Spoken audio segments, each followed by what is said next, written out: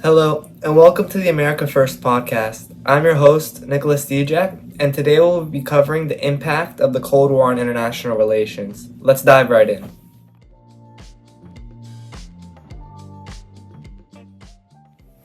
Alright, so let's dive into the history, and we're going to look at the two causes of the Cold War. So we can see the Cold War developed from both power and ideology. After World War II, the United States and the Soviet Union emerged as the only two superpowers, creating a bipolar world where both competed for influence in Europe. At the time, their political systems, capitalist democracy versus communist one-party rule, were fundamentally incompatible. The USSR built communist buffer states in Eastern Europe to protect itself after repeated invasions, while the US responded with strategies like the Truman Doctrine and Marshall Plan to help rebuild Western Europe and contain communism. These structural tensions and ideological oppositions set the stage for decades of competition. Next, we're going to take a look at why the Cold War never became hot. A direct US-Soviet war was avoided largely due to nuclear deterrence. By the late 1950s, both sides had developed massive nuclear arsenals capable of total global destruction. This created the concept of mutually assured destruction, meaning that if one side launched an attack, both would be destroyed and the world would be cooked. Additionally, communication and diplomacy helped prevent crises from escalating. The 1963 Moscow-Washington Hotline and treaties like the SALT I helped both sides manage tensions before they spiraled into war.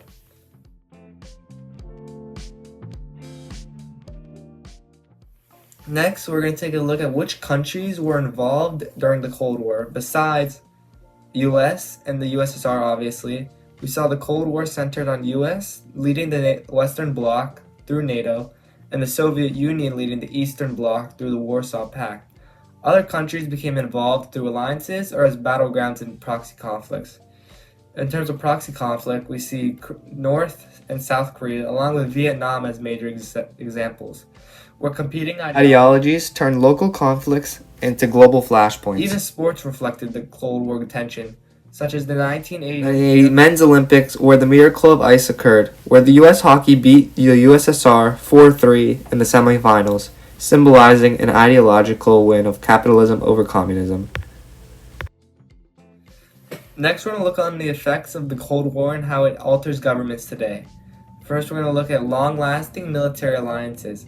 We see NATO as it continues to be central to global security. We saw this during 9/11 when NATO activated Article 5, and it remains involved today in responding to Russia's actions in Ukraine. Next, we have the idea of superpowers, with governments still trying to compare rising powers to the Cold War model. And also, it allowed the US to assimilate into a singular superpower role, acting as the primary global leader and mediating major conflicts between Ukraine and to the Middle East. We also have the growth of surveillance agencies. Cold War surveillance helped create modern agencies like the CIA and NSA. Post 9/11 policies such as the Patriot Act expanded these capacities again, influencing how governments access data and monitor threats today. Lastly, we have the expansion of military-industrial power. Cold War arms productions permanently increased defense spending. Reagan's buildup pushed military budgets to nearly 30% of U.S. federal spending, while other nations like China developed their own nuclear programs in response to Cold War competition. Next, we're going to look at some of the long-term effects, and when you look at it, there's two major ones that stand out.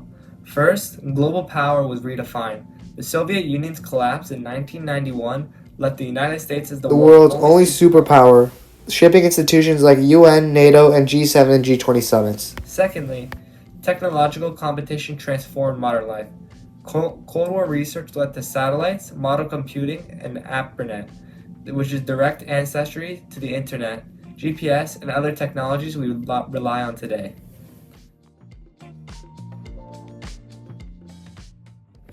Next, we beg the question, was the Cold War really necessary? And to that, I say yes, absolutely. The rivalry pushed the United States to adopt policies such as the Marshall Plan, which helped Western Europe recover and prevented conditions that might have led to another global conflict. The nuclear arms race also established mutually assured destruction, which ironically helped prevent the Third World War. Finally, The Cold War led to institutions like NATO, which remain central to global security, as seen today in the collective responses to Russia's invasion of Ukraine. Next, we're going to look at the question proposed by many professors and scholars. Is the Cold War still going on in today's society? And when we look at it, we can see that while the Soviet Union may have dissolved, many of the dynamics continue. Today, US and China's rivalry resembles the US-Soviet contest. Both are nuclear powers, both see global influence, and both avoid direct war because the consequences would be catastrophic. Instead, competition now takes forms like trade wars, sanctions, and technological rivalries, showing that Cold War-style competition has simply changed shape, not disappeared. So in short, yes, the Cold War still continues, but it has evolved from its previous form.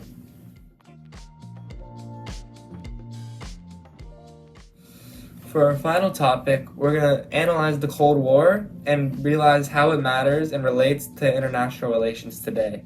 The Cold War was able to set the foundation for modern world politics. It created doctrines like the Containment and Marshall Plan, expanded intelligence agencies, and motivated massive defense spending, and sparked technological breakthroughs that fueled globalization. Today, states negotiate with far more caution because they understand the destructive potential of modern warfare. The threat of nuclear conflict encourages negotiation before military action, shaping diplomacy in major crises from Russia and Ukraine to the current nuclear talks with Iran. Even now, the structure, strategy, and technology of global politics all reflect the legacy of the Cold War. Thank you for tuning into the America First podcast this week, and we'll see you next week.